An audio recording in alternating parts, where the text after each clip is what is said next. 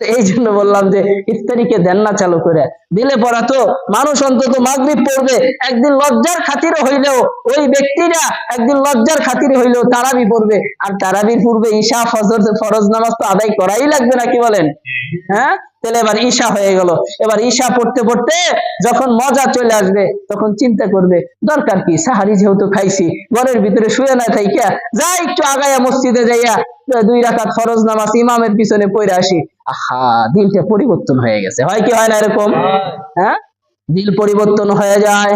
এই জন্য মুহতারাম হাজিরিন, মানুষগুলোকে আদর করে ভালোবাসা দিয়া মসজিদ মুখী করে নেওয়ার একটা পদ্ধতি হলো সুন্নাত মতো আমরা মানুষকে মেহমানদারি করাবো।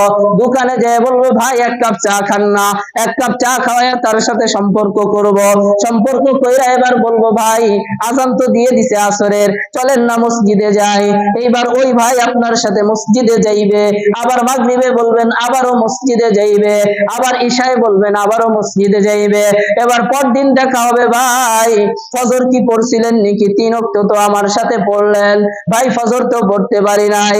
এই যে যে সুসম্পর্ক হয়ে গেছে, একটা বন্ধুত্ব হয়ে গেছে।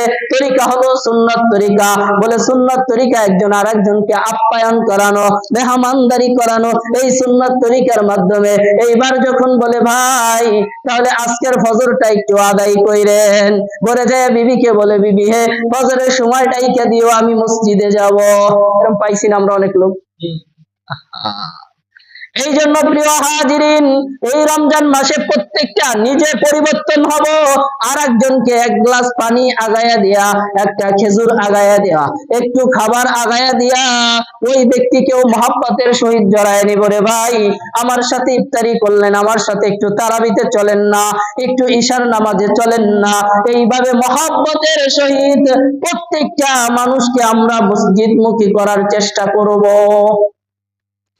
ইফতারির ফজিলত আল্লাহ রাসূল বলেছেন, কোন ব্যক্তিকে যদি কোন ব্যক্তি ইফতার করায় পবিত্র রমজান মাসে, আল্লাহর হাবিব সাল্লাল্লাহু আলাইহি ওয়াসাল্লাম বলেছেন যে ওই রোজাদারের সমপরিমাণ সওয়াব ওই ব্যক্তি পাবে।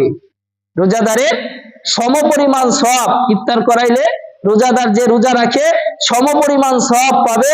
আল্লাহ রাসূল বলেন যে রোজাদারের নেকি কমানো হবে না, হ্রাস করা হবে না, রোজাদারের নেকি ঠিকই থাকবে, কিন্তু ইফতার যে করাইছে সে ওই রোজাদারের মতো করে সওয়াব পাবে। এবার সাহাবা আজমাইন বলে ইয়া রাসূলুল্লাহ সবাই তো আর পেট ভরে ইফতার করাইতে পারবে না।